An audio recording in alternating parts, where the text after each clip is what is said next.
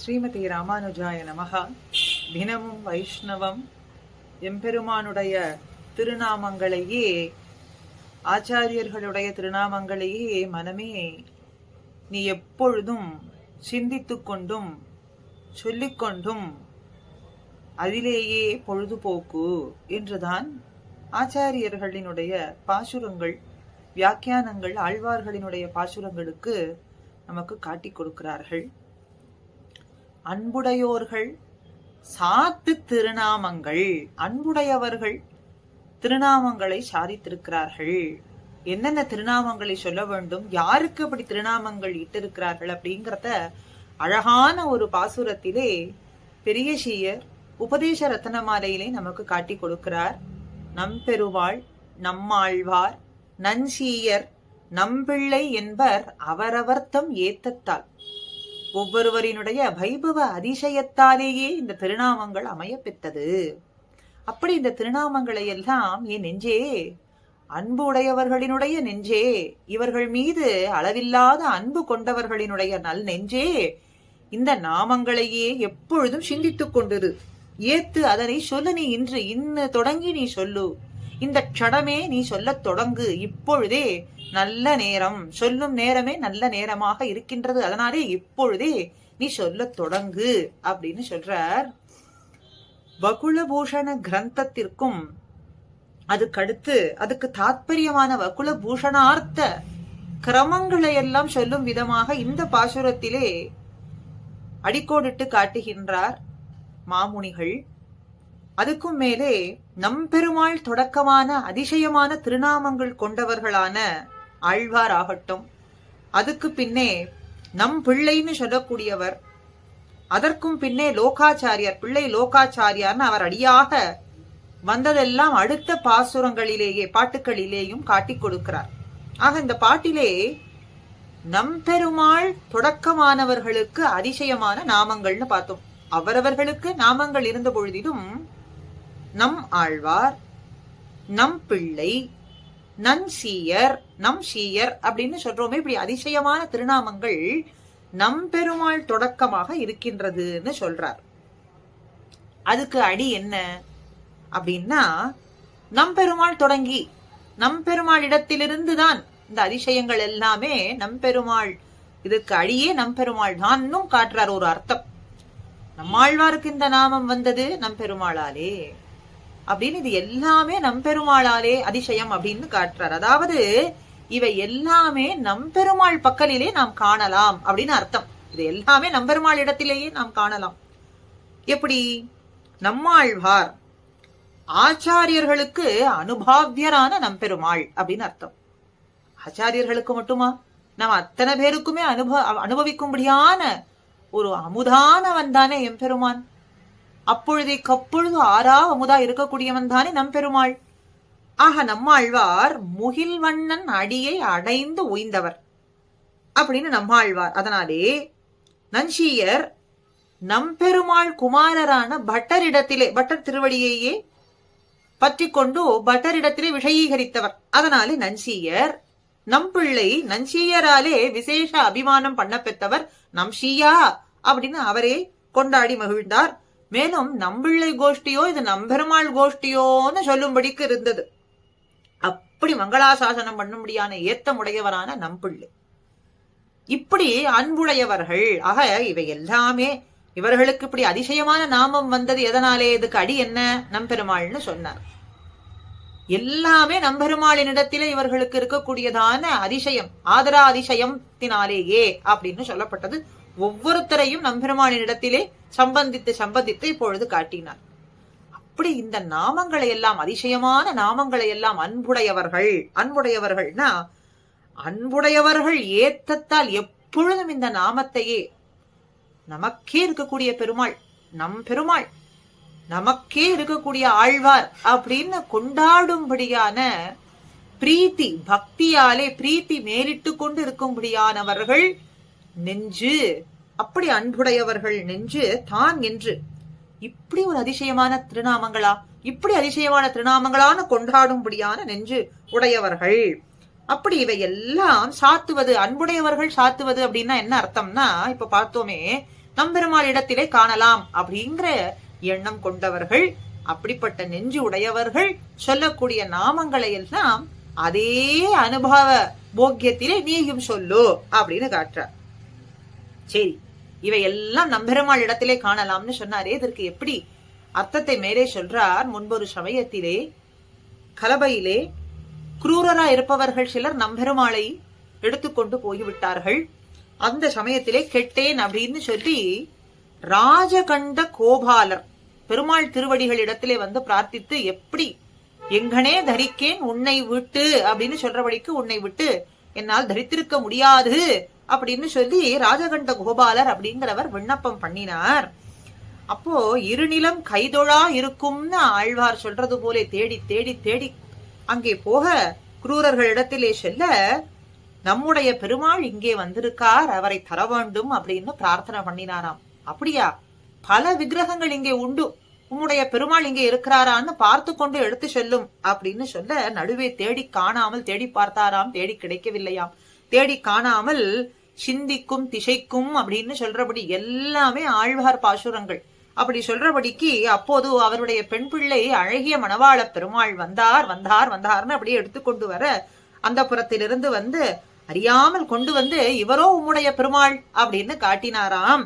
அறியாமல் கொண்டு வந்து காட்டி கொடுக்க, ஸ்ரீ ரங்கநாதா மமநாதா ரங்கத் பிரபோ அப்படின்னு சொல்லி, என்ன ரங்கத்து இன்னமுதர் குழலழகர் வாயழகர் கண்ணழகர் கொப்பூரில் எழுகமல பூவழகர்னு சொல்றபடிக்கு அதி பிரீத்தியோடு வந்து கொண்டு வர, அழகிய பெருமாளை அதி பிரீத்தியோடு இவர் நம் பெருமாள் நம் பெருமாள் நம் பெருமாள்னு அப்படி அதி ஆதரத்தோடு கொண்டாடினார்களாம்.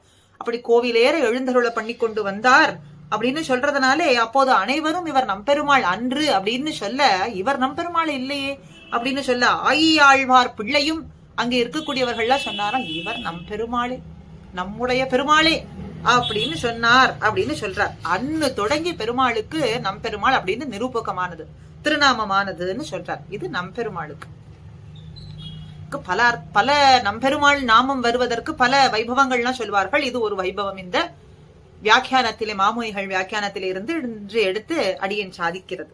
அடுத்த நம்மாழ்வார் அப்படிங்கிறதுக்கு முன்னொரு காலத்திலே பெருமாள் ஆழ்வார்களை காட்டிலும் ஆழ்வாரை நம்மாழ்வார் அப்படின்னு அபிமானித்து அருளினார். மற்ற ஆழ்வார்களை காட்டிலும் ஆழ்வார்னு சொன்னா நம்மாழ்வாரையே அபிமானித்திருந்தார்.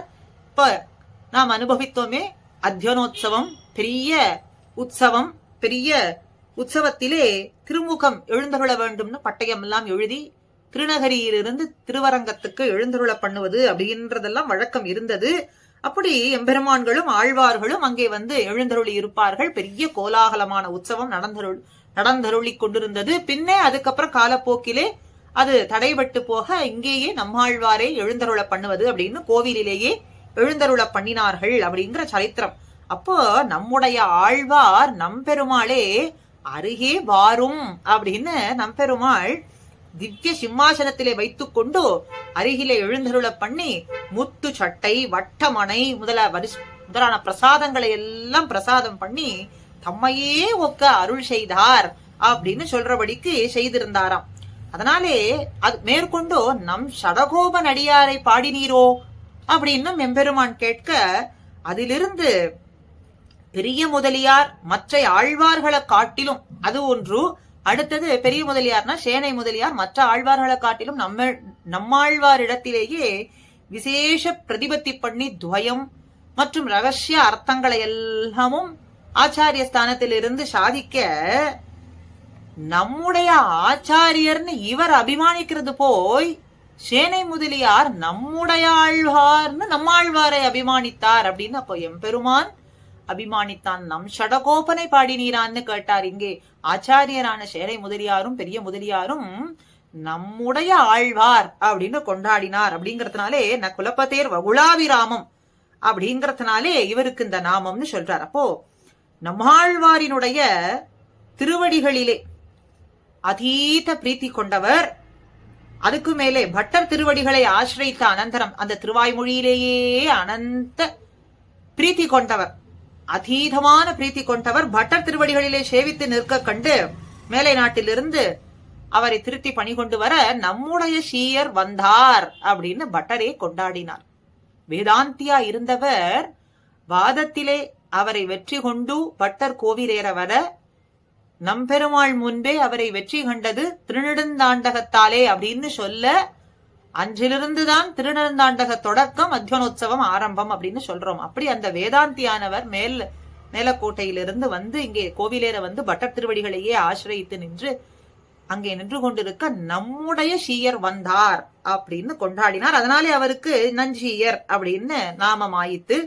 நஞ்சீயரனுடைய திருவடிகளையே பற்றியிருந்த நம்பிள்ளை அவர் சாதித்ததான திருவாய்மொழிக்கு 9000 படி கிரந்த கைங்கரியம் வியாக்கியானம் செய்தருளி அதையே ஒரு பிரதி எடுத்துக்கொண்டு வர வேண்டும்னு சொல்ல, இவர் தன்னுடைய ஊருக்கு செல்ல ஊரேற போகும் பொழுது ஆற்றிலே வெள்ளம் வந்தது.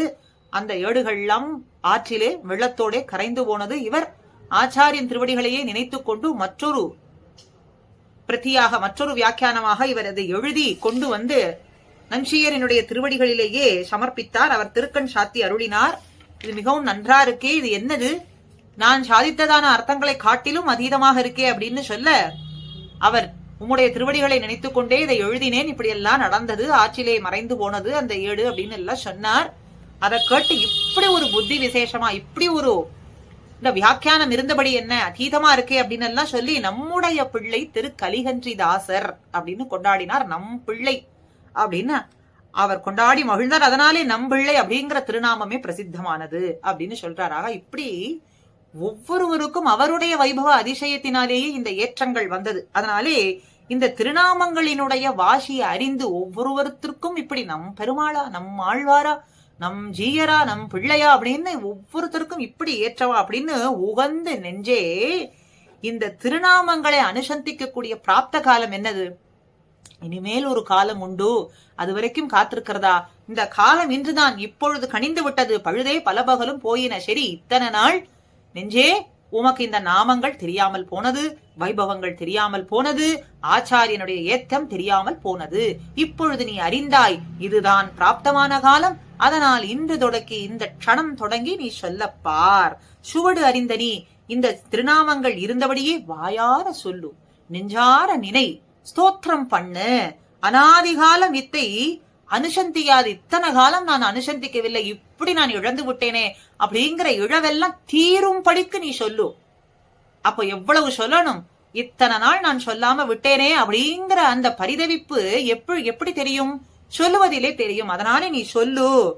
பிரத்யக்ஷே குர வஸ்துத்யா குரோர் நாம சதா ஜபேத்து அப்படின்னு சொல்றபடிக்கு குரோர் நாம, குருவினுடைய நாமத்தை சதா ஜபிக்க வேண்டும். நமக்கு குருவானவர்கள் குரு பரம்பரையிலே பெரிய பெருமாள் நம்பெருமாள் தொடங்கி அஸ்மத் ஆச்சாரியன் பரியந்தம் அப்படின்னு தினமும் சொல்றோம், லட்சுமிநாத சமாரம்பாம்னு.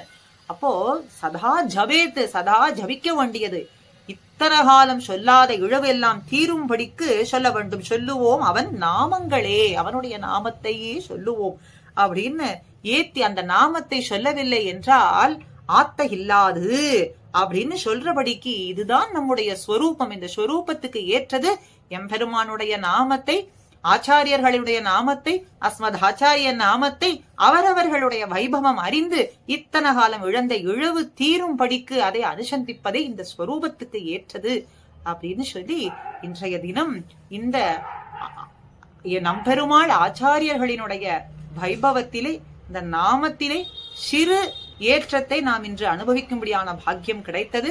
ஸ்ரீமதே ராமானுஜாய நமஹ.